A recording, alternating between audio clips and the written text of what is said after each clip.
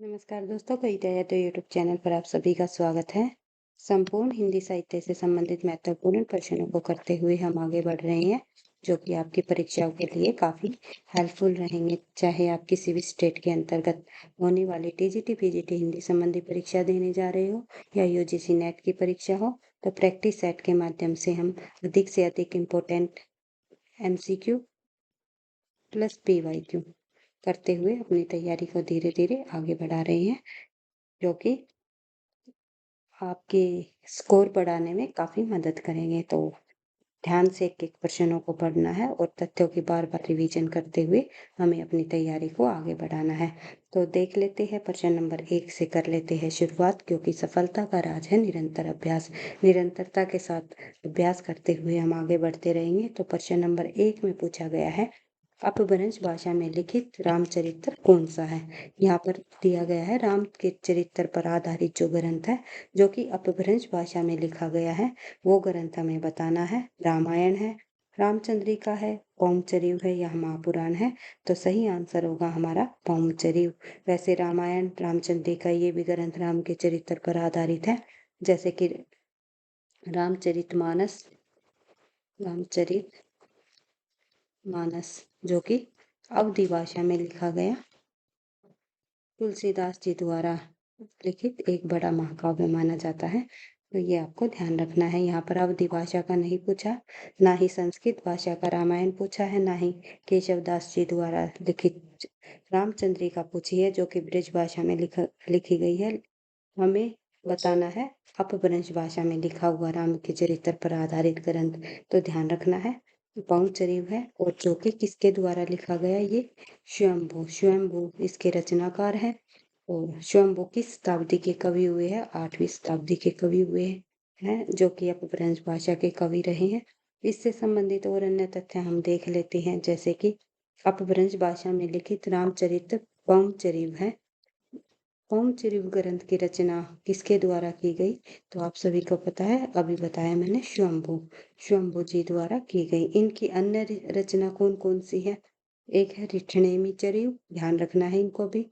एक है स्वयंभू छंद, जो कि परीक्षाओं में पूछी जाती है। रिठणेमी चरिव भी कई बार पूछ लेते हैं। इनमें से स्वयंभू की रचना कौन सी नहीं है? इस प्रकार से नहीं से भी काफी सारे प्रश्न परीक्षाओं में पूछे जाते हैं, तो ध्यान रखना है।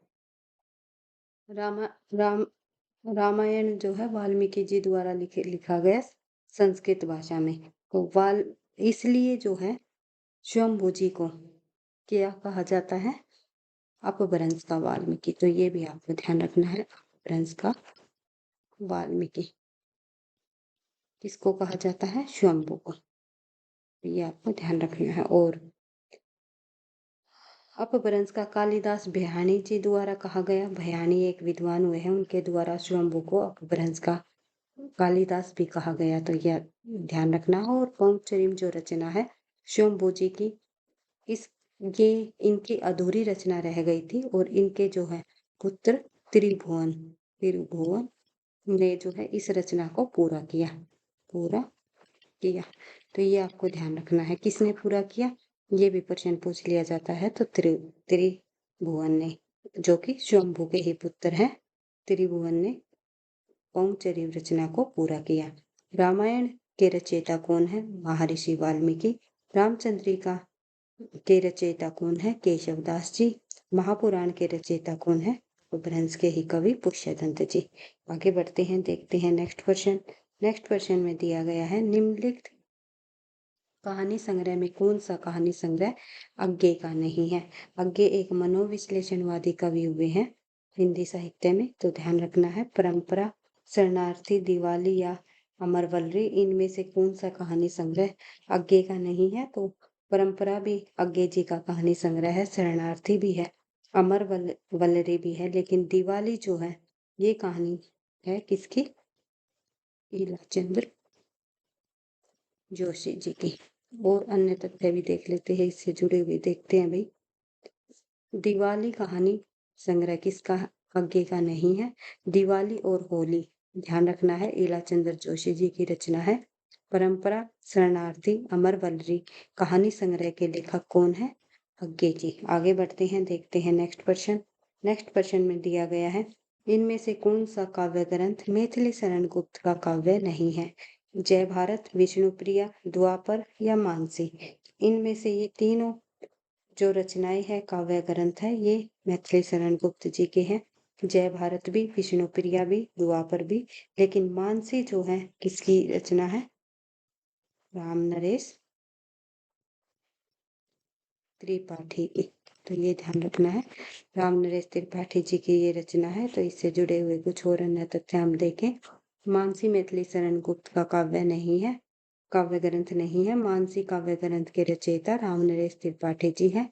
राम नरेश त्रिपाठी के अन्य जो काव्य ग्रंथ है जो कि बार बार परीक्षाओं में पूछे जाते हैं, प्रकाशन वर्ष के साथ ही आपको याद रखने हैं। मिलन, क्योंकि इनको कर्मानुसार लगाने का भी प्रश्न एनटीए यूजीसी नेट में पूछा जाता है भाई, या फिर टीजीटी पीजीटी में भी पूछ सकते हैं। तो ध्यान रखना है। मिलन 1918, पथिक 1920, स्वपन 1929 में प्रकाशित हुआ। तो इनको भी आपको ध्यान रखना है। राम नरेश त्रिपाठी जी की ही रचनाएं है ये। द्वापर, जय भारत, विष्णुप्रिया काव्य ग्रंथ के लेखक कौन है? मैथिली शरण गुप्त जी। आगे बढ़ते हैं, प्रश्न नंबर 4। 11 वर्ष का समय कहानी के लेखक है। तो 11 वर्ष का समय एक प्रसिद्ध कहानी है, किसकी? आचार्य रामचंद्र शुक्ल जी की। ये आपको ध्यान रखना है, प्रेमचंद की नहीं, गुलेरी की नहीं, विश्वनाथ की नहीं। तो ध्यान रखना है, रामचंद्र शुक्ल जी आंसर होगा। 11 वर्ष का समय कहानी के लेखक आचार्य रामचंद्र शुक्ल जी है। लक्ष्मी नारायण लाल ने शिल्प विधि की दृष्टि से 11 वर्ष का समय कहानी को हिंदी की प्रथम कहानी कहा है। तो अलग अलग विद्वानों के अनुसार हिंदी के प्रथम उपन्यास, हिंदी की प्रथम कहानी और हिंदी के प्रथम नाटक, तो अलग अलग विद्वानों ने अलग अलग माने हैं।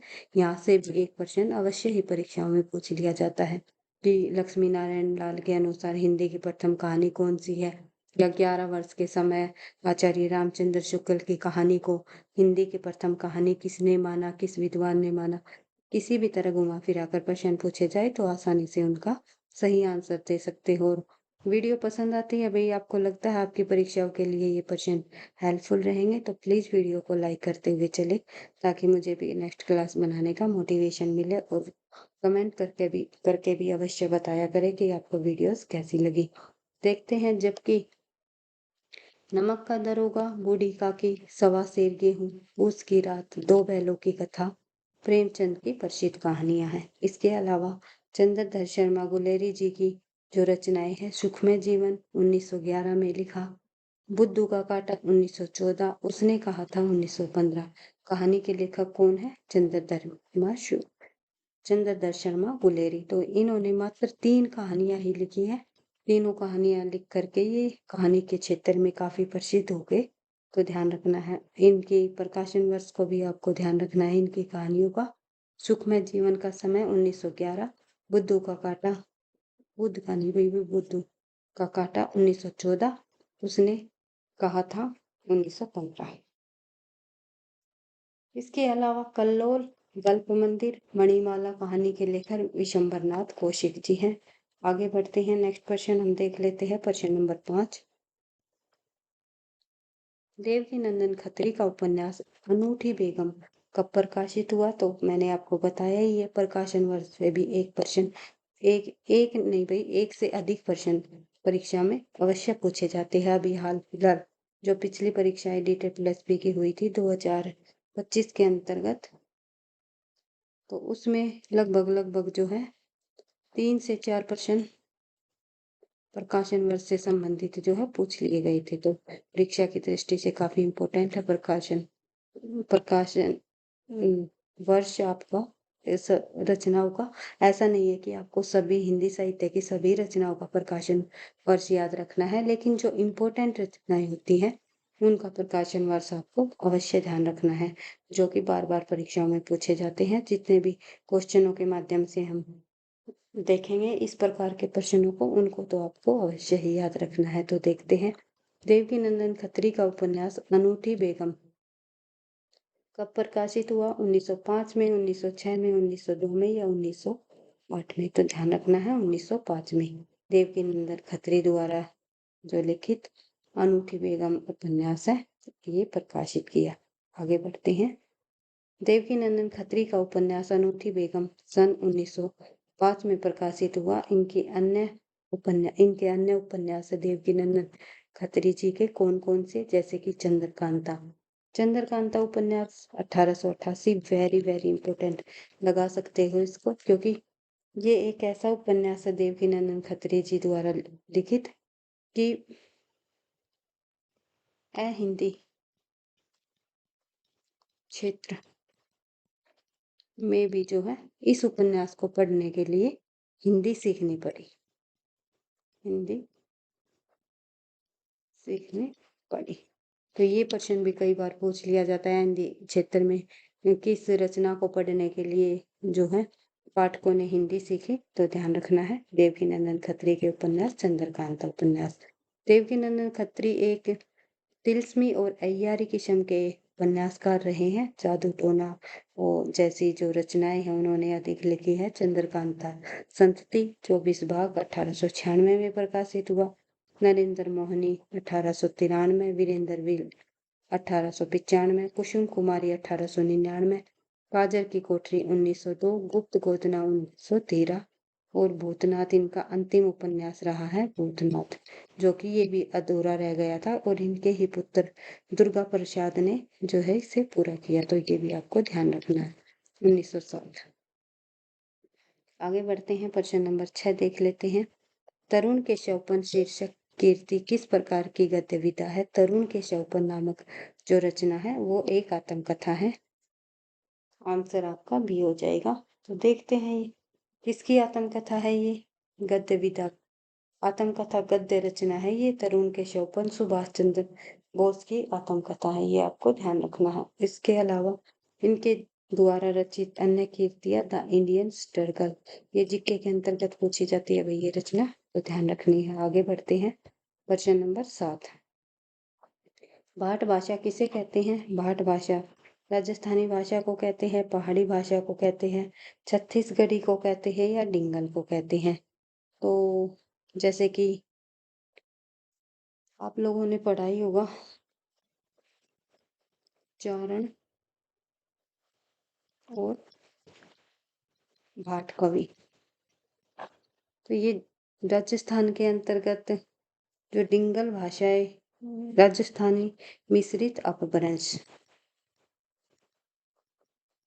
क्योंकि रासो साहित्य में हमें देखने को मिलता है ये चारण और भाट कवि राजस्थानी प्लस अपभ्रंश के मेल से जो भाषा बनती है वो होती है डिंगल, और डिंगल ही जो है भाट भाषा कहलाती है। तो ये आपको ध्यान रखना है। डिंगल भाषा को ही जो है भाट भाषा कहते हैं। डिंगल भाषा राजस्थानी प्लस अपभ्रंश के मेल से बनी है, और पिंगल भाषा जो है ब्रज भाषा प्लस अपभ्रंश के मेल से बनी है। आगे बढ़ते हैं। प्रश्न नंबर 8 पूछा गया है। निम्नलिखित में से कौन सी पत्रिका का संपादन भारतेंदु जी ने किया। भारतेंदु जी ने भारतेंदु पत्रिका का संपादन किया, कवि वचन सुधा का, हिंदी प्रदीप का, या फिर ब्राह्मण पत्रिका का संपादन किया। तो इनमें से जो है हिंदी सॉरी कवि वचन सुधा का संपादन भारतेंदु जी ने किया। तो ध्यान रखना है कवि वचन सुधा।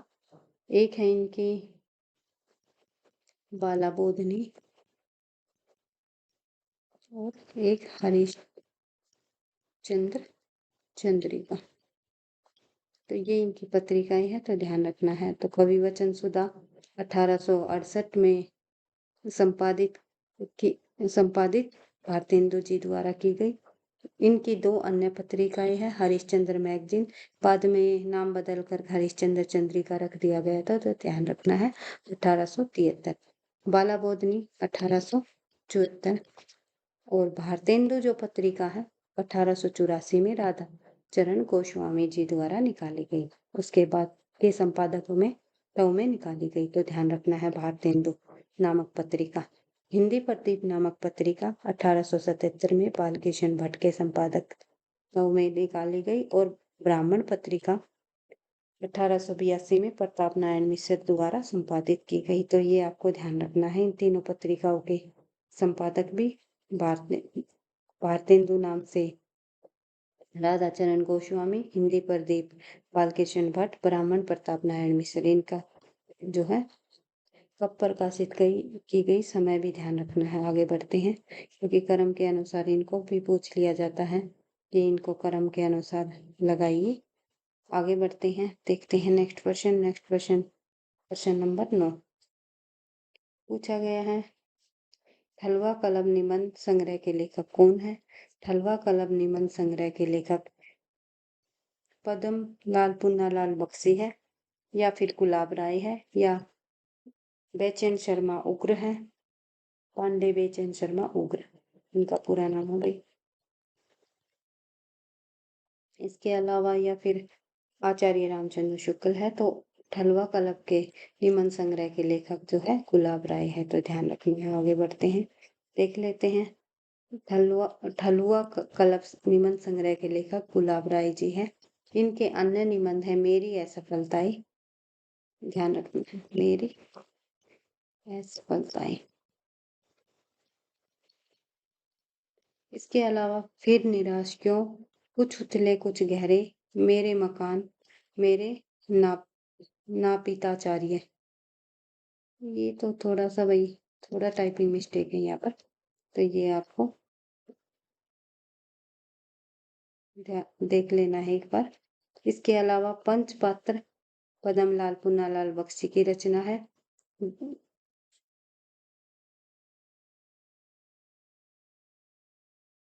गंगा का बेटा पांडे बच्चन शर्मा उग्र जी का है। चिंतामणि आचार्य रामचंद्र शुक्ल जी का निबंध संग्रह है, तो 4 भागों में प्रकाशित हुआ। आगे बढ़ते हैं, देखते हैं क्वेश्चन नंबर 10 निम्नलिखित में से कौन सा नाटक मोहन राकेश का है? इनमें से लहरों का राजहंस, कोणार्क, अंधा कुआं या डॉक्टर। इनमें से जो है मोहन राकेश का जो नाटक है वो है लहरों का राजहंस। कोणार्क आपको पता ही है जगदीश चंद्र माथुर का है। अंधा कुआं धर्मवीर भारती का है। तो इसके अलावा इन सभी जो है रचनाओं के रचनाकार हम देख लेते हैं। लहरों का राजहंस का प्रकाशन 1963 ईस्वी में मोहन राकेश जी का ये नाटक है। इस नाटक के जो मुख्य प्रमुख पात्र हैं वो है सुंदरी और अलका, ये 2 प्रमुख पात्र रही है इनके। मोहन राकेश द्वारा रचित अन्य नाटक है आषाढ़ का एक दिन 1958 में। दूसरा है इनका एक आधे अधूरे, भी काफी बार पूछा जाता है किसका नाटक है, 1969 में पैर तले की जमीन बेहनी का नाटक है, तो ध्यान रखना है। आगे बढ़ते हैं, कोणार्क जगदीश चंद्र माथुर द्वारा लिखा गया। अंधा कुआं लक्ष्मी नारायण लाल जी का है। अंधा कुआं